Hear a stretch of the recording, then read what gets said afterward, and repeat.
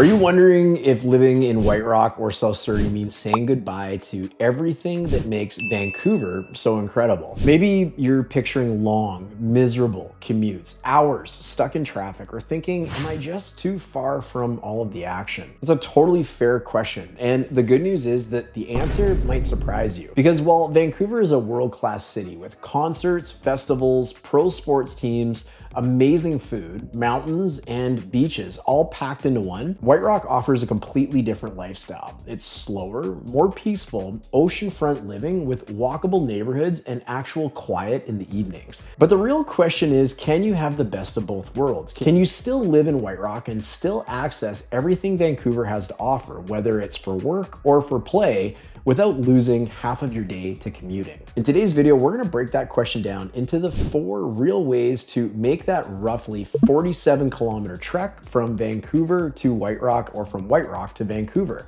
We're going to talk about driving, we're going to talk about transit, we're going to talk about ride shares, and we're going to talk about biking. We'll cover commute times, choke points, future plans, and what it really feels like to make the trip. But not only that, we will share some real insider information with you. So if you're considering calling White Rock or South Surrey home, you're going to want to know this stuff. So be sure to stick around and we're going to get into it right now. Only get one chance to buy or sell your next home.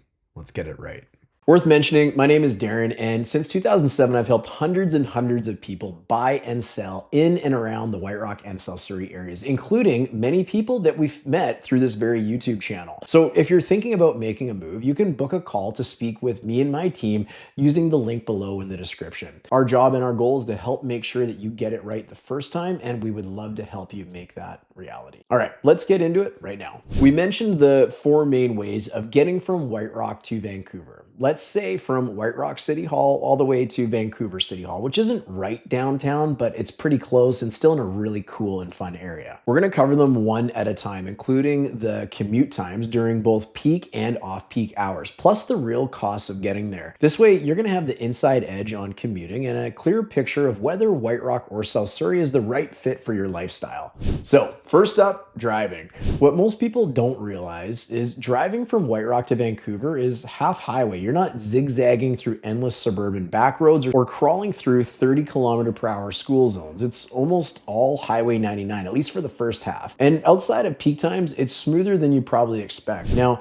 during rush hour, you're looking at anywhere from 1 hour and 10 minutes to 1 hour and 30 minutes, depending on where in Vancouver you're headed, and also whether the Massey Tunnel decides to be spicy or not that day. Off-peak hours, though, it can drop to as little as 50 minutes. Now, I mentioned the Massey Tunnel, but we're actually quite lucky in White Rock because you've actually got many good options to get out to Vancouver because the whole lower mainland is built on a delta. That means that there's bridges and tunnels absolutely everywhere, but you really have your choice of taking either the Massey Tunnel, which will be replaced in coming years. We're not going to get into that today. That's a political lightning rod right now, but you can take that, or you can take the Alex Fraser Bridge, or you could even go up to Highway 1. All of these are great routes to take to Vancouver, and you can kind of pick and choose based on what the traffic's doing that day. But here's the thing. In a city like Vancouver, is there ever really such a thing as off-peak traffic? According to the 2022 TomTom Traffic Index, Metro Vancouver ranked as the 2nd worst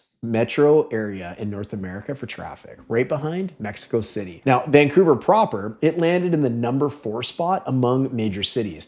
And that's not a participation ribbon that you really want. On average, drivers in Vancouver spend 22 minutes and 30 seconds just to go 10 kilometers during rush hour at an average speed of about 22 kilometers per hour. That's slower than a 1-speed cruiser bike with a flat tire. Basically, every 10 kilometers takes twice as long as it should, thanks to a 66% congestion level. And yet, here's the kicker. Depending on the day and the direction, your commute from White Rock could be faster than someone driving from Maple Ridge, Langley, or even parts of Burnaby. It all comes down to where you're starting, when you're starting, where you're going, and whether the bridge or tunnel gods are actually on your side that day. Now, some good news, there are no tolls on the bridges or tunnels, but bottlenecks like the Massey Tunnel and the Alex Fraser Bridge can still turn your commute into a crawl if you're heading northbound in the morning or southbound in the late afternoon. afternoons. So yes, traffic is an absolute thing here, but if you time it right, living in White Rock and working or playing in Vancouver is not just possible, it can actually be less painful than commuting from places that actually look closer on the map. So cost-wise, expect to burn through maybe $8 to $20 in gas one way, depending on your vehicle. Add another $30 to $60 if you're parking downtown for the day,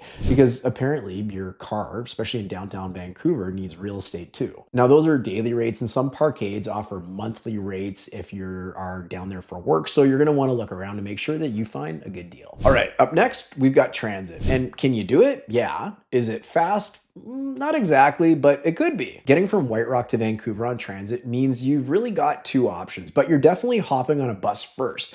And whether you continue on the bus or you jump on the SkyTrain, we'll actually cover that right now. If you're taking the bus, you've got two main options. You can head north through Surrey on the 321 bus line to King George Station, which gets you onto the Expo line. The total trip time is around 1 hour and 55 minutes, give or take. Option two, take the 351 or the 354 bus west towards Richmond. That'll drop you off at Bridgeport Station, where you can transfer onto the Canada line. That route sticks closer to Highway 99 and tends to be more direct. So time-wise, you're in for about an hour and 20 minutes door to door. Now, those are both during peak hours, but off-peak hours are surprisingly consistent. Well, at least to the Richmond station. So why is this? Well, because buses flow with traffic and the SkyTrain doesn't care what time it is. It just glides past all the chaos. Now, bonus, the Richmond route includes some dedicated bus lanes down Highway 99, so you'll skip a chunk of the congestion there. If we're talking about cost, bus fare is $3.35 to jump on, and that's going to take you from whatever stop you jump on to whatever stop you're going to, as long as you do so within about 90 minutes. If you're going to jump on the SkyTrain, you're going to add about $4.85 to $6.60 for the SkyTrain, depending on how many zones you end up crossing. Starting in Surrey is 3, starting in Richmond is 2. So the total cost around $8 to $10 one way. It's not bad unless you value your time more than your wallet. If you're commuting every day, it's certainly doable, but it's definitely more of a marathon than it is a sprint. Now, some big news here. Surrey is turning the King George Rapid Bus into a full bus rapid transit. What that means is a dedicated bus lane, rail-like stations, signal priority at intersections, and real-time information, all heading straight down from city center in North Surrey down King George Boulevard to White Rock and back. This isn't just faster service, it's a real game changer. It's designed to be built in roughly 5 years once it's funded. Plus, there's a new Semiahmoo Town Center bus loop planned, making it even easier to hop on and off in White Rock. So no more detours or standing around on awkward corners. Now, the timeline for this, TransLink and Surrey are working through the funding as we speak. Once it's all approved, they expect the BRT extension, or the bus rapid transit, to follow the current R1 rapid bus path, complete with dedicated lanes and BRT style stations. So while the current commute is solid but slow,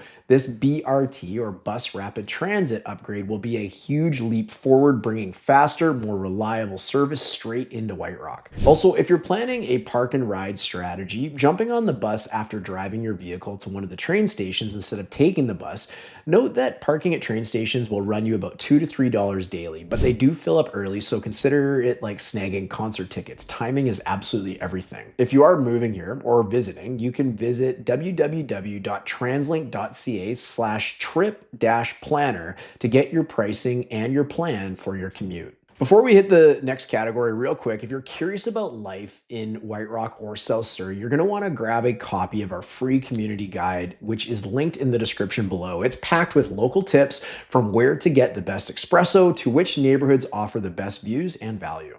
Now, let's talk rideshare options from companies like Uber or Lyft. Yes, you can Uber from White Rock to Vancouver.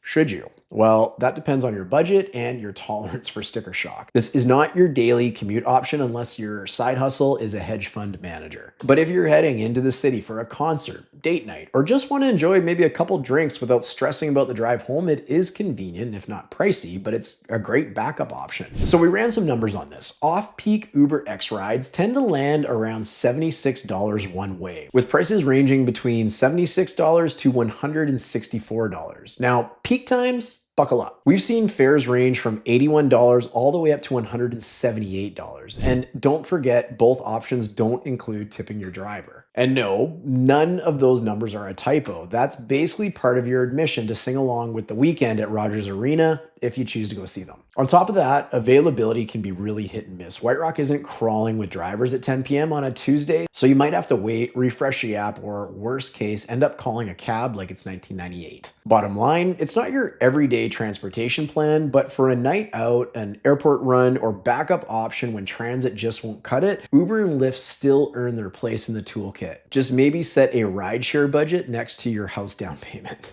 Okay, last up, biking. White Rock to Vancouver is 47 kilometers, about 2 hours and 45 minutes on a bike, assuming you're not stopping for selfies or snacks. It's technically possible, but unless you're part mountain goat or training for the Tour de France, it's probably not a daily option. That said, if you're really into cycling, South Surrey and White Rock have some amazing oceanfront routes and bike-friendly roads for your local rides. Ride for the leisure, but not for the office. But the good news is you can bypass most traffic issues during peak times, and it's free. You might be a little sweaty and stinky when you arrive to your destination, but hey, it didn't cost you anything.